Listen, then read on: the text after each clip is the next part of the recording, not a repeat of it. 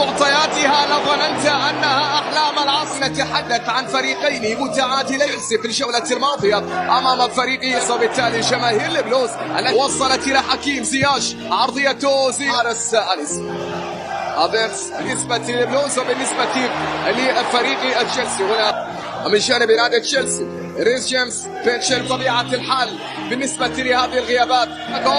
إلى شانوبا تاسع الأوكرانيين في بطولة، ينقل الكرة إلى زياش، وصلت من حكيم عن وصلت إلى روبرتسون، لكن بشكل خاطئ بتعود عن طريق التريث والصبر لإيجاد ثغرات. هنا ساحر الأسود يتقدم، يمر الكرة، يا سلام، رائعة جميلة، فرصة للجول. الجول ما زالت قائمة. هنا التصويب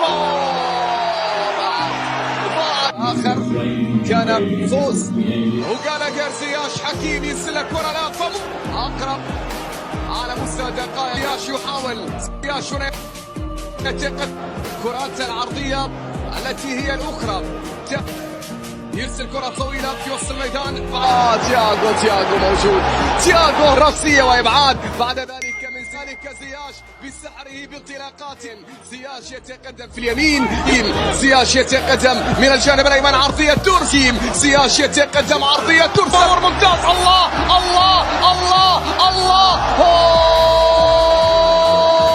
في الطرف الأيمن تمريرة موجودة، عادت إلى زياش يمر بالمهارات الفردية. زياش والتسديد اليساري، زياش يرسل كرة عالية.